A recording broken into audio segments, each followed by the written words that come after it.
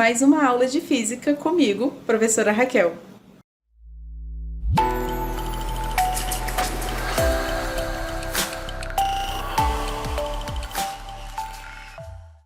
Olá, segundo ano! Tudo bem com você? Conforme prometido, aqui estão os exemplos de ondas, beleza? O primeiro exercício diz o seguinte: as ondas eletromagnéticas foram previstas por Maxwell e comprovadas experimentalmente por Hertz, final do século XIX. Essa descoberta revolucionou o mundo moderno. Sobre as ondas eletromagnéticas são feitas as afirmações. Primeira, ondas eletromagnéticas são ondas longitudinais que se propagam no vácuo com velocidade constante de 3 vezes 10 a oitava metros por segundo. Beleza! Velocidade constante de 3 vezes 10 a oitava para as ondas eletromagnéticas, que é a maior velocidade possível no universo, não é? Ondas de natureza eletromagnética, elas se propagam no vácuo, sim, mas também podem se propagar em meios materiais, mas elas não são longitudinais. Elas são transversais, beleza? Então, o item 1 é um item falso. Item 2, variações no campo magnético produzem campos elétricos variáveis que, por sua vez, produzem campos magnéticos também dependentes do tempo e assim por diante, permitindo que energia e informações sejam transmitidas a grandes distâncias. Verdadeiro, é assim que funciona uma onda eletromagnética. Tem uma parte elétrica e uma parte magnética. Não se prenda muito a isso, porque isso é física moderna, beleza? Item 3. São exemplos de ondas eletromagnéticas muito frequentes no cotidiano. Ondas de rádio, beleza, eletromagnética. Ondas sonoras. Onda sonora é uma onda mecânica, beleza? Ela só se propaga em meios materiais. Micro-ondas são, sim, eletromagnéticas e os raios-x também. Então, questão 1, alternativa B. Tranquilo, né? Vamos seguir? Questão 2.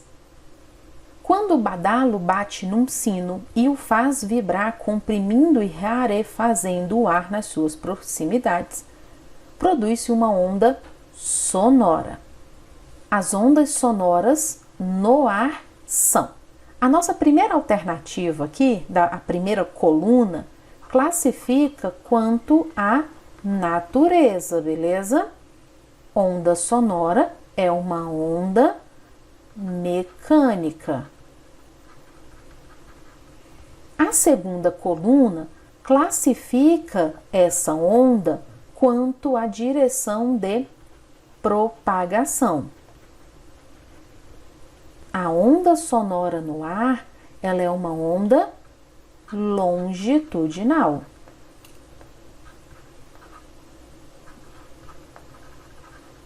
A velocidade das ondas sonoras em outro meio é igual ou diferente?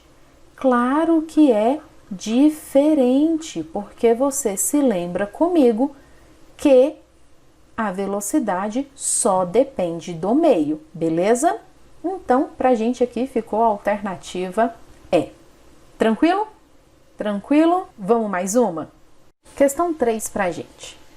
A diferença entre ondas mecânicas, como o som, e eletromagnéticas, como a luz, consiste no fato de que... Vamos analisar as alternativas.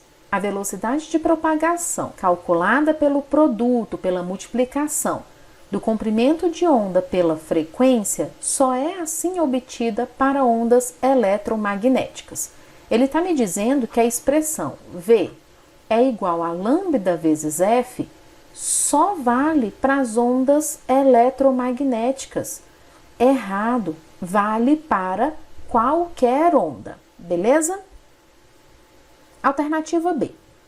As ondas eletromagnéticas podem assumir uma configuração mista de propagação transversal e longitudinal. As ondas eletromagnéticas, elas só são sempre transversais, elas não são mistas, elas não têm longitudinal, beleza? Alternativa C. Apenas as ondas eletromagnéticas, em especial a luz, sofrem o fenômeno de difração. Difração é a capacidade que a onda tem de contornar obstáculos, tá? A luz, ela tem um comprimento de onda muito pequeno. E aí, cuidado aqui, porque ele diz que apenas as ondas eletromagnéticas sofrem difração. E isso é errado.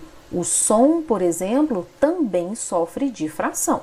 Só que esse fenômeno, ele só acontece quando o obstáculo tem tamanho próximo ao tamanho do comprimento de onda daquela onda, beleza? Alternativa D. Somente as ondas eletromagnéticas podem propagar-se em meios materiais ou não materiais. Então, olha só, as eletromagnéticas podem se propagar em meios materiais? Sim. Pode se propagar em meios não materiais? Sim. Então, ó, esse ou aqui fez toda a diferença. A alternativa D está correta, beleza? As mecânicas é que se propagam apenas nos meios materiais. Tranquilo? E a alternativa E diz que a interferência é um fenômeno que ocorre apenas, palavra importante, com ondas eletromagnéticas. E isso é errado. A gente vai ver ainda aqui nos exemplos uma interferência numa corda, beleza? Vamos seguindo? Questão 4. No passado, durante uma tempestade, as pessoas costumavam dizer que um raio havia caído distante se o trovão, que é o barulho correspondente, fosse ouvido muito tempo depois. O raio é a luz, né? Ou que teria caído perto caso acontecesse o contrário. Do ponto de vista da física, essa afirmação está fundamentada no fato de, no ar, a velocidade do som. Alternativa A. Variar como uma função da velocidade da luz. Errado. Lembra que a velocidade de uma onda depende do meio. Tranquilo? Alternativa B. A velocidade do som ser muito maior que a da luz. Errado. É o contrário. Por isso que primeiro eu vejo e depois escuto. Tranquilo? Então, a alternativa C também vai estar errada, porque não é a mesma velocidade da luz, é a maior possível. Tranquilo? Alternativa D, variar com o inverso do quadrado da distância, e daí faltou aí um circunflexo, né? Mas a velocidade não depende da distância, depende do meio.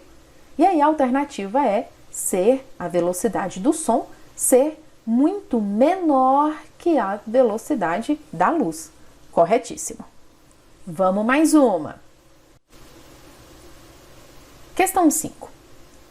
Os habitantes dos pinheirais formados por araucárias começaram a produzir cerâmicas e aperfeiçoaram seus instrumentos de trabalho. Para descascar e moer cereais, as índias usavam um pilão de pedra. Se uma índia batesse nos cereais 20 vezes por minuto, a frequência das batidas em hertz seria de aproximadamente. Então vamos lá. Quando a gente fala de frequência, a gente está dizendo quantas x repetições acontecem num certo intervalo de tempo. E como eu quero medir em hertz, essas repetições eu vou ver a cada 1 segundo. Tranquilo? Eu tenho informação do texto que acontecem 20 repetições a cada 1 minuto. Então, eu já vou transformar em segundos, são 60 segundos.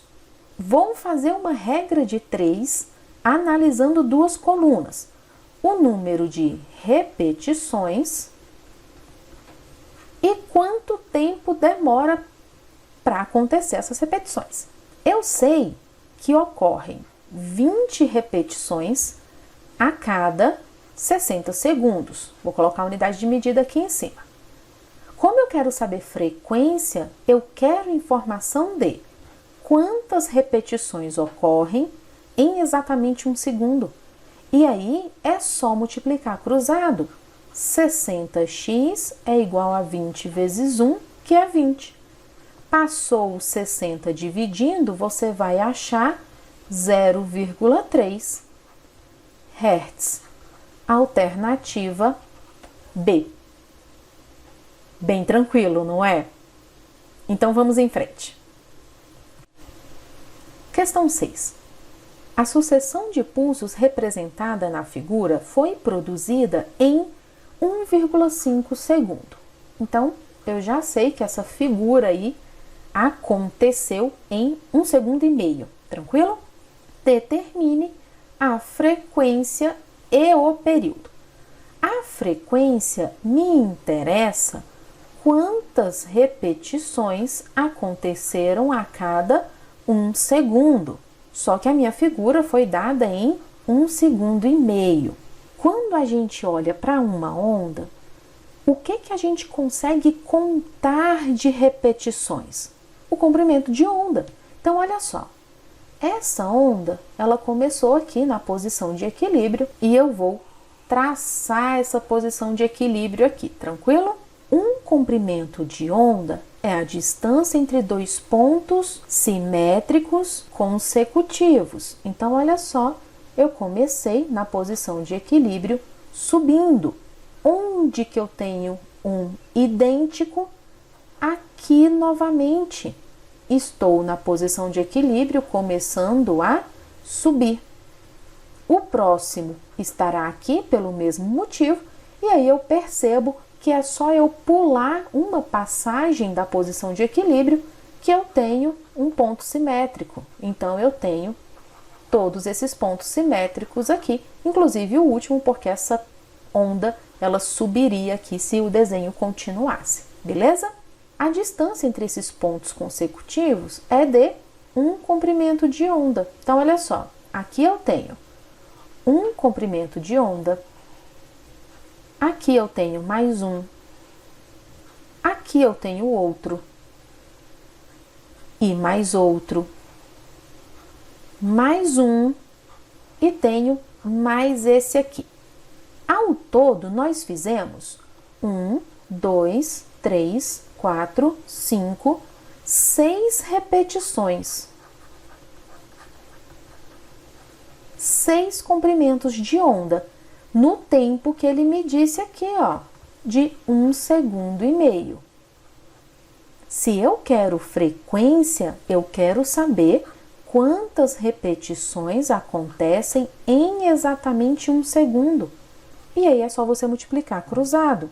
Ficou 1,5x é igual a 6, passou 1,5 dividindo, isso aí vai dar 4 com a unidade de medida Hertz, porque nós olhamos por segundo, tudo bem?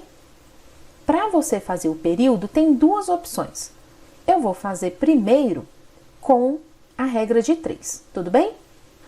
Um período, ele me diz qual é o tempo, e aí eu vou chamar de Y, só para não repetir a letra, tá? Porque aqui era frequência, beleza? Você pode chamar até de F. Então, o período vai ser quantidade Y de tempo por cada repetição, beleza? É o tempo necessário para uma repetição acontecer. Então, a nossa regra de 3 ficará o seguinte: eu tenho as mesmas 6 repetições em 1,5 segundos, da análise que a gente já tinha feito. Quando eu quero o período, eu quero saber qual é o tempo para exatamente uma repetição. Então, ficou o seguinte: 6y é igual a 1,5. Passou o 6 dividindo, você vai achar 0,25. E aí, a unidade de medida continua a mesma ali do tempo, segundo, beleza? Essa aqui, então, é a medida do período, que a gente chama de T maiúsculo. Outra forma de você fazer, conhecendo um dos dois, é lembrando que o período é o inverso da frequência. Então, eu poderia colocar aqui a frequência 4. 1 dividido por 4, 0,25. Como a frequência estava em hertz, o nosso período é dado em segundos. Beleza? Fica a seu critério como você achar mais fácil. Vamos mais uma aí. Exemplo 7 para a gente. Em dezembro de 2004, um terremoto no fundo do oceano, próximo à costa oeste da ilha de Sumatra, foi a perturbação necessária para a geração de uma onda gigante, uma tsunami. A onda arrasou várias ilhas e localidades costeiras na Índia, no Sri Lanka, na Indonésia, na Malásia, na Tailândia, dentre outras. Uma tsunami, de comprimento de onda 150 km, pode se deslocar com velocidade de 750 km por hora. Quando a profundidade das águas é grande, a amplitude dessa onda não atinge mais do que 1 metro, de maneira que um barco nessa região praticamente não percebe a passagem da onda. Quanto tempo demora para um comprimento de onda dessa tsunami passar pelo barco?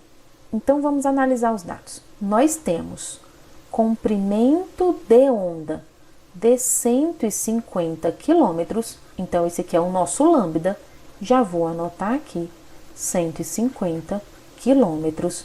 Pode se deslocar com essa velocidade aqui, 750 km por hora. Ele me diz que lá nas águas profundas, a amplitude da onda não atinge mais do que 1 metro. E isso tem a ver com a energia da onda, tudo bem? A amplitude, a altura dela não influencia no comprimento de onda, nem na velocidade de propagação dela, tudo bem? Ele quer saber quanto tempo demora para um comprimento de onda passar pelo barco. Então, na real, ele quer saber qual é o período dessa onda. A velocidade de uma onda, a gente pode escrever como comprimento de onda vezes a frequência, ou comprimento de onda dividido pelo período.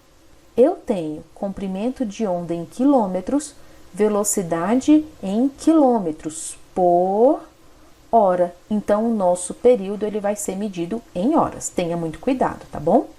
Então, velocidade 750, comprimento de onda 150, o período que nós buscamos. Mudou o período de lado, então ficou 150 dividido por 750. Nós temos, então, um período de 0,2 hora. Tranquilo? Só que as nossas alternativas estão todas em minutos. Então, eu vou fazer uma transformação. Eu vou transformar essa hora em 60 minutos. Então, é multiplicar por 60. Dá 12 minutos de período. Alternativa C. Tranquila, não é? Vamos em frente. Questão 8. Num lago, o vento produz ondas periódicas que se propagam com velocidade de 2 metros por segundo. O comprimento de onda é 10 metros, então esse cara aqui é o nosso lambda. Determine o período de oscilação de um barco, letra A, quando ancorado nesse lago. Quando o barco está ancorado, ele está parado em relação à água, tudo bem? Então, essas ondas vão passar por ele com a mesma velocidade de propagação delas. Então, para qualquer onda, velocidade é igual a comprimento de onda dividido pelo período, porque foi o que ele me pediu aqui. Então, eu não vou multiplicar pela frequência, eu prefiro dividir pelo período logo, tudo bem? Velocidade da onda, 2 metros. Comprimento de onda também está em metros, tudo certo. 2, comprimento de onda, 10, período que nós buscamos. Mudou de lado aí o período e o 2, nós temos que o período então é de 5 segundos, porque a velocidade estava por segundo. Tranquilo? Na letra B, ele me pede o período de oscilação do barco, mas agora o barco ele se movimenta em sentido contrário ao da propagação das ondas, com velocidade de 8 metros por segundo. Então, o que está rolando aqui? As minhas ondas estão, por exemplo, se propagando para a direita, velocidade das ondas, que nós sabemos pelo enunciado que é de 2 metros por segundo. O barco ele vai se deslocar em sentido contrário. Então, nesse caso aqui, para a gente, para a esquerda. Essa é a velocidade do barco, que vai ser de 8 metros por segundo. E aí a gente entra num lance de velocidade relativa. Quando você tem dois vetores velocidade em sentidos opostos, em sentidos contrários, a velocidade resultante ela é dada pela soma. Então, seria a velocidade das ondas mais a velocidade do barco. Por que mais? Porque é como se eu considerasse que um deles estivesse em repouso. Então, eu poderia fazer igual à letra A, só que pensando que o meu barco continua ancorado, mas agora as minhas ondas se propagariam com essa velocidade VR de 10 metros por segundo. Tudo bem? Por isso que é interessante a gente fazer o desenho para a gente entender o que está acontecendo. Porém, continua valendo que a velocidade é o comprimento de onda dividido pelo período. A nossa velocidade agora nessa situação é de 10 metros por segundo. O comprimento de onda continua sendo de 10 metros e agora nós temos um novo período que é 10 dividido por 10. Ou seja, o período agora é de 1 segundo. Então, antes com o barco parado, ele oscilava a cada 5 segundos. Agora, com o movimento no sentido contrário ao de propagação das ondas, ele oscila a cada 1 segundo. Tranquilo? Vamos mais uma então. Questão 9. A figura abaixo representa imagens instantâneas de duas cordas flexíveis idênticas, já vou marcar isso aqui, C1 e C2, tracionadas por forças diferentes nas quais se propagam ondas. Durante uma aula, estudantes afirmaram que as ondas nas cordas C1 e C2 têm. Vamos analisar cada afirmativa aí então.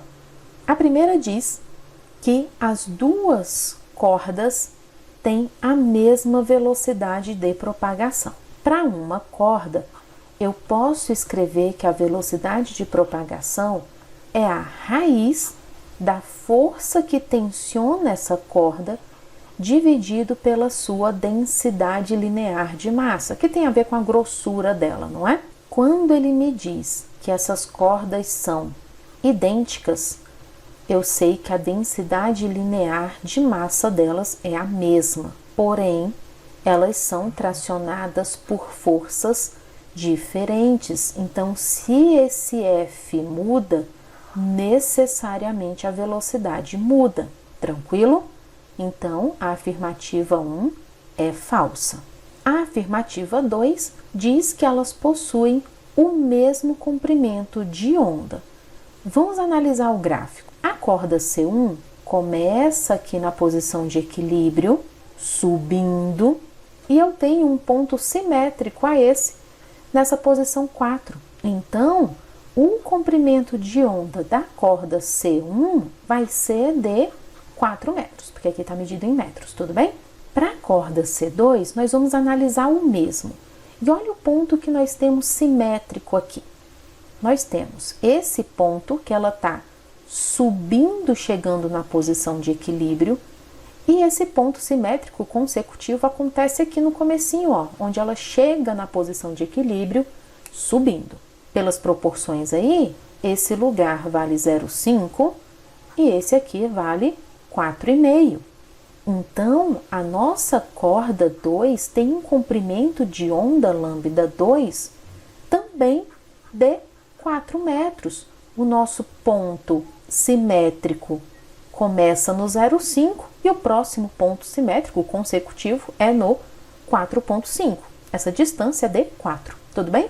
Então, elas possuem sim o mesmo comprimento de onda. A afirmativa 3 diz que elas possuem a mesma frequência. Para qualquer onda, eu posso escrever que a velocidade ela é a multiplicação do comprimento de onda pela frequência. Se nós temos comprimento de onda constante, pelo que nós olhamos no item 2, mais velocidade diferente pelo que nós olhamos no item 1, a frequência dessas duas cordas não pode ser a mesma, tudo bem? Então, o item 3 é um item falso. Está correto apenas o que se afirma em 2, então, alternativa B. Bem fácil, né? Vamos seguindo. Questão 10 diz o seguinte: a figura mostra um pulso que se aproxima de uma parede rígida onde está fixada a corda. Então, já vou marcar isso aqui porque é importante que a corda está fixa em uma extremidade. Supondo que a superfície reflita perfeitamente o pulso, deve-se esperar que no retorno após uma reflexão, o pulso assuma a configuração indicada em... Então, olha só, nós vamos ter um fenômeno de reflexão com extremidade fixa. Isso me faz entender que a reflexão se dará com inversão de fase, tudo bem? Então, o meu pulso que aqui era para cima, quando ele voltar, ele vai ter fase para baixo, tudo bem? Então, isso já elimina a A, a B e a C, que tá um negócio bem estranho, não é? Para a gente decidir aí se é D ou se é E, vamos analisar o seguinte. Olha só, quem incide primeiro lá na parede é essa parte aqui da onda que tá mais retinha, tudo bem? Então, se ela é a primeira a incidir, ela também é a primeira a refletir. Olha só, a propagação agora ela está no sentido contrário ao de incidência, não é? Então, quem é que refletiu primeiro? A parte retinha, essa aqui. Tudo bem? E aí, se você olhar para a segunda parte, que é essa curvadinha aqui, que vai ser a segunda a incidir, ela também é a segunda a refletir. Alternativa D mesmo. Tudo bem? Lembra que na reflexão não muda a velocidade, porque não muda o meio, não muda a frequência, porque a frequência só depende da fonte, e, consequentemente, também não muda o comprimento de onda. Tudo certo? Dá um descanso aí. Aqui na sequência tem a continuação do vídeo com a correção, beleza? Não perca! Volte para assistir a continuação, tá bom? Um beijo! Até já!